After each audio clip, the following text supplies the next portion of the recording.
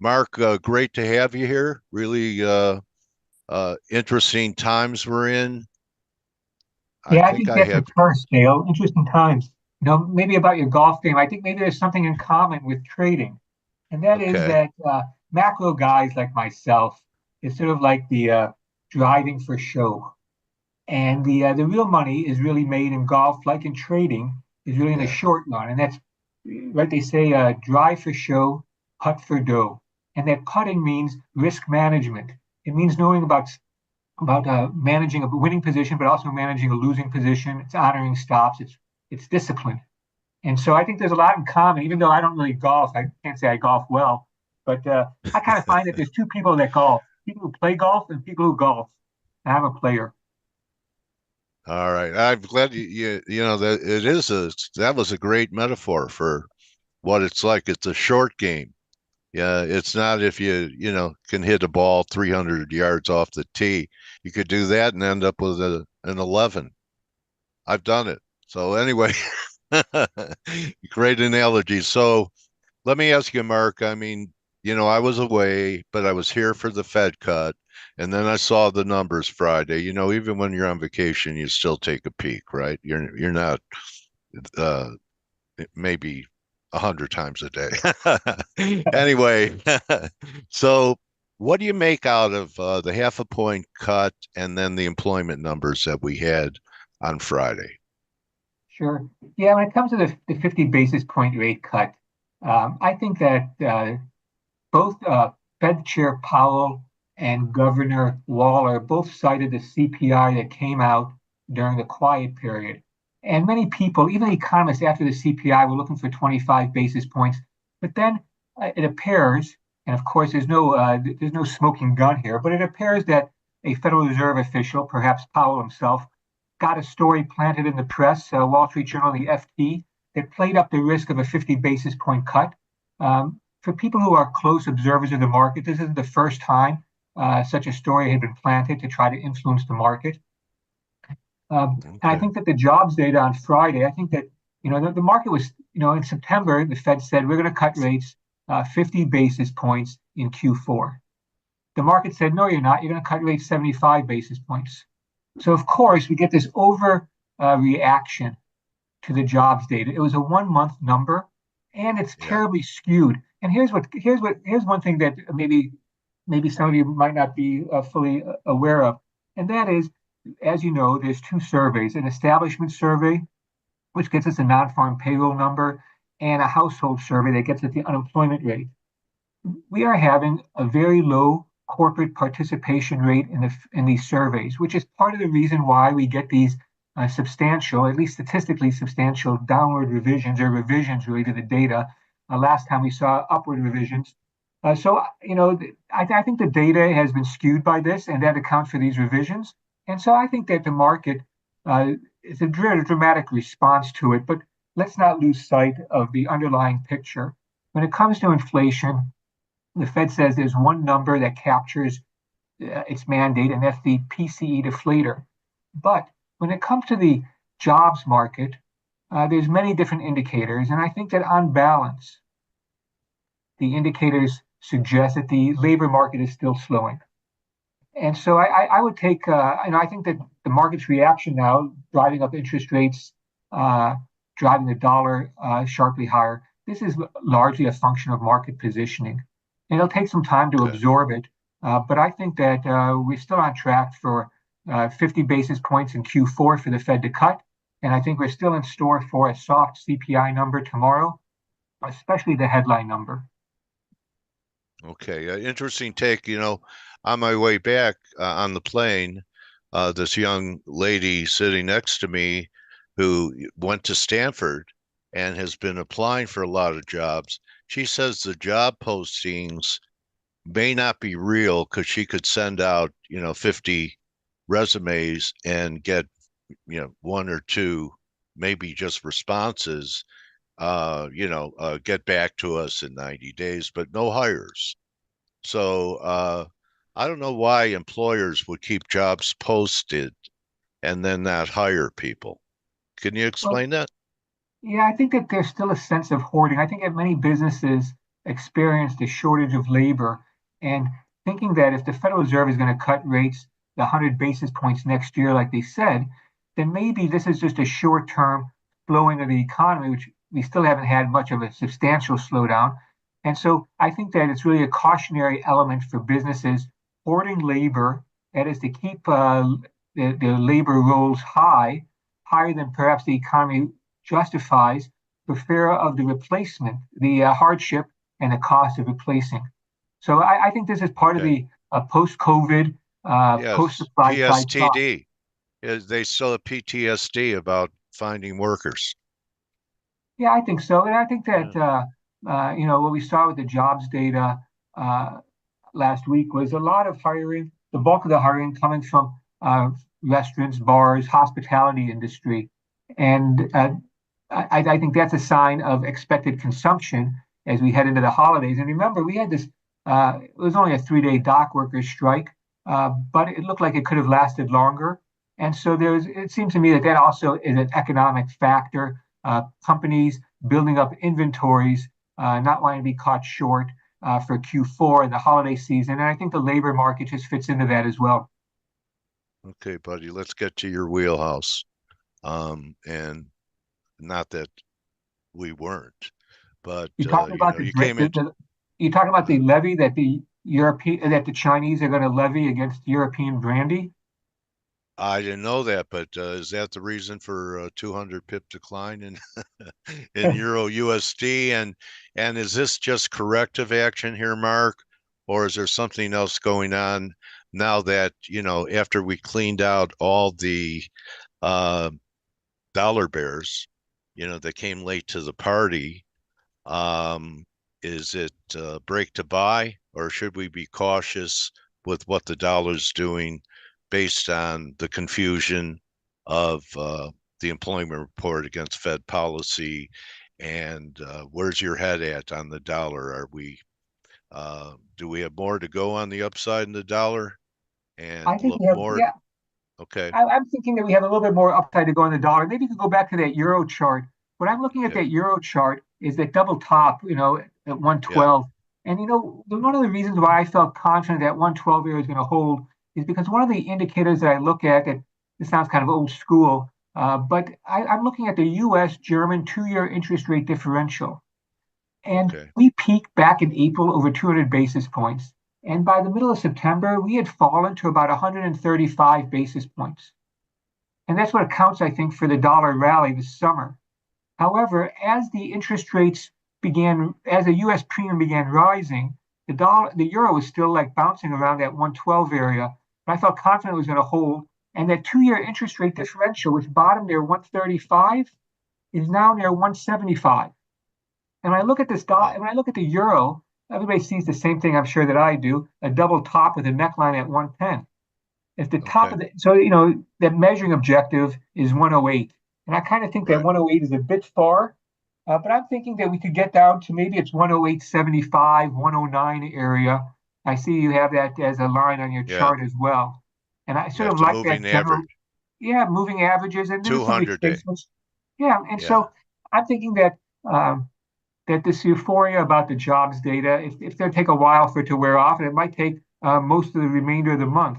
But I am thinking that the dollar's up move is just a correction, that the underlying trend of the dollar is driven by short-term U.S. interest rates and its Fed policy for the most part. And so I'm thinking that this is just a correction to the summer rally in the euro and the summer setback in the dollar. And I look for the Okay. dollar to weaken off, but I think it's got a little bit more strength here. I don't think there's been a full capitulation yet. Okay. That's interesting because we have things like Aussie. It looks vulnerable, and I'm wondering if what's going on in perhaps Ukraine having any impact here, and are people starting to think about what's going to happen here in the U.S. in the less than a month, with one of the candidates already talking down the dollar. They want a weaker dollar, former President Trump and J.D. Vance. and try and turn this economy into more of an export economy. And you brought up the tariffs, I believe, on brandy. Um, do you think that's going to be part of their economic plan? Is make the dollar the sacrificial lamb? Well, out of all the things that move the foreign exchange market, I don't think the wishes of policymakers are Okay, very high on that list. yeah. I think that the reason How? that, Go ahead. I'm sorry? Go ahead. Yeah, I just think that that when I try to understand what's moving the dollar, I think there's a tendency for people just to be to look at the new shiny object, whatever that shiny object is, which really prevents like a very rigorous, systematic approach to the foreign exchange market. I think so in the back of my mind, I have short-term drivers like market positioning, news, Yes. uh, that sort of thing. Medium term, I might have Federal Reserve policy. I might have the fiscal policy, that policy mix. Uh, and in the long term, I'd have things like a GDP per capita. And so I think that the elections in the U.S., as close as it seems to be with a month left, I don't think it's really become a factor in the market because I think we can explain the price movement without citing it. So I think that to watch what you think are the drivers and watch those, and when they don't do a job explaining the price action, then you've got to go someplace else. But I don't see the election being a big factor yet. I don't see Ukraine being a factor. I see it's really sounds kind of old fashioned, but I see the U.S. interest rates, market positioning being the near term drivers. Okay. I think So maybe about a word about the Aussie. I think on the way up, China was closed; it just reopened today, and people took it. And I think that among the G10 currencies, the Aussie is sort of the closest thing to a dollar to a China play for a lot of yeah. people. Right. And I think people were right beginning to take profits on the Aussie. The Australian central bank, the minutes came out today from the past meeting, and again, the RBA, like the Central Bank of Norway, are the least likely to cut interest rates this year. It hasn't really helped the Aussie in the past week or so. I'm concerned that the Aussie has a bit more room to go. We tested that 67-cent level today. I see that, where you have your line too, that's where I would have it, that moving average around 66.50, Yeah. maybe a little bit below that. I think that's I think that's the risk. And that's why I think the momentum indicators are still falling. Yeah. So there might, so I think it's dangerous to try to try to catch this falling knife quite yet. For my intestinal fortitude, I'm waiting to Yeah. see some sign of a bottom, and I'm not sure it's there yet. Okay. Well, why don't we move to the yen, Mark? Because this level that we held, really have to break out the telescope, and we were talking about it here in face, was this 142 level. I mean, it can't be any more obvious. Let me go to the weekly. It shows up better there. But look at this. I mean, 140, I meant 140, 140. So we got this bounce off 140, and we've had a nice rally with yields starting to take back some of their optimism about rate cuts. Does this still look like an important top? And is there a pretty good selling opportunity setting up here between here and 150? Because if we take out 140, that's going to measure pretty big. Actually, it's going to measure 120. Dare I say it? Wow, yeah. I don't I still think that because I think that U.S. yields might not have peaked yet. I think that there's scope to 150, 151. Yeah.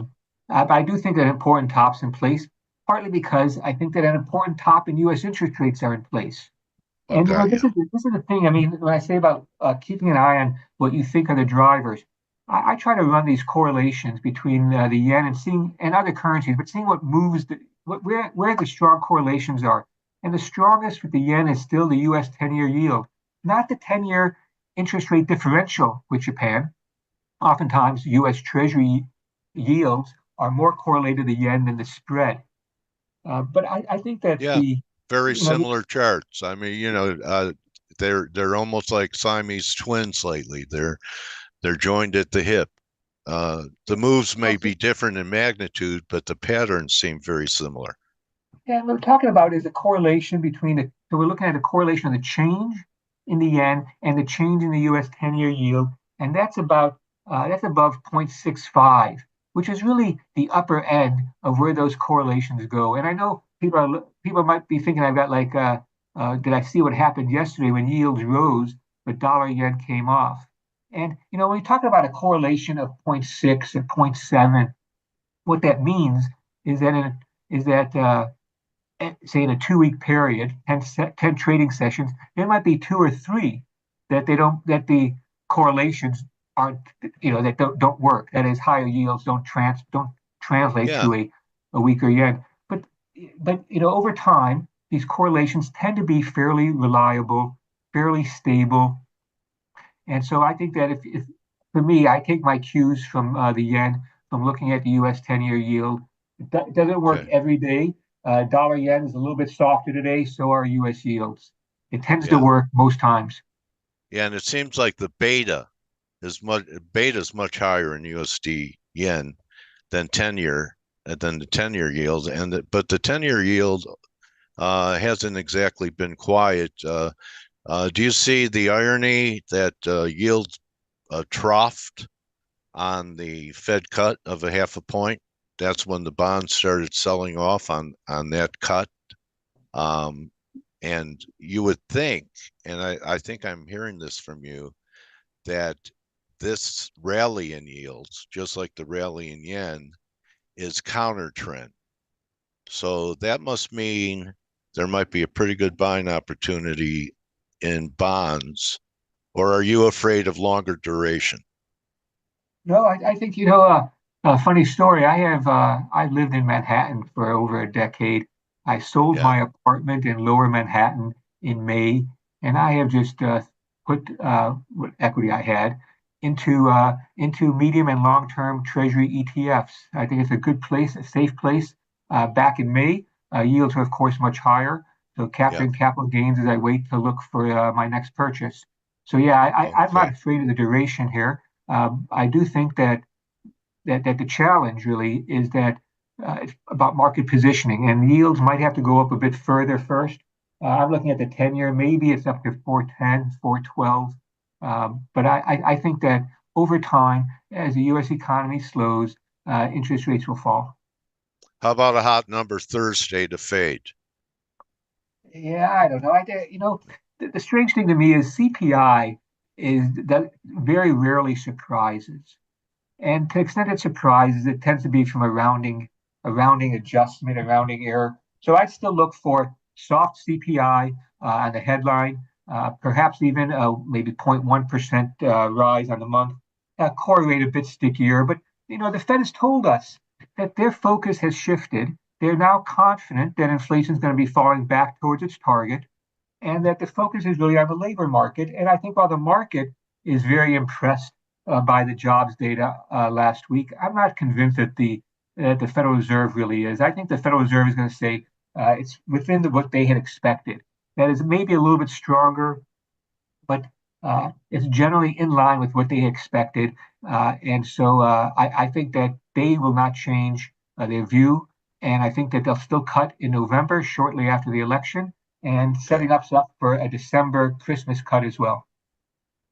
All right, Mark. I'm up to speed after talking to you. Thanks for you're giving spirit all these years, Mark, and I strongly encourage people to go to your website to sign up, to follow Mark's work and your intelligence gathering. And Mark has a special talent for blending the technicals with what's happening fundamentally. And a lot of people are one or the other. He's very holistic in his approach to the markets. And Mark, I respect your work, and I like you. And it's always great to talk to you. I hope you have a great third quarter. I mean, fourth quarter. I still have Thanks, jet Dan. lag. I appreciate the support. I thank ForexAnalytix for posting the commentary, making it available to more people. All Appreciate it. right. So good luck to We're everybody. fans. We're all fans here, Mark. I was wondering if you could maybe send me a poster of yourself for Hanukkah, There you go. autographed. It's Anyway, in the mail. all right, I've heard that before, buddy. Mark Chandler, everybody. At the minimum, follow him on X at Mark Making Sense, and you know you're not going to be you're going to be more well-rounded knowing how Marc looks at things, and he doesn't get, you know, how some people are sensationalists. Marc can break it down to where, you know, all these narratives you're hearing about that maybe you should consider the way he's seeing things. We only have two eyes.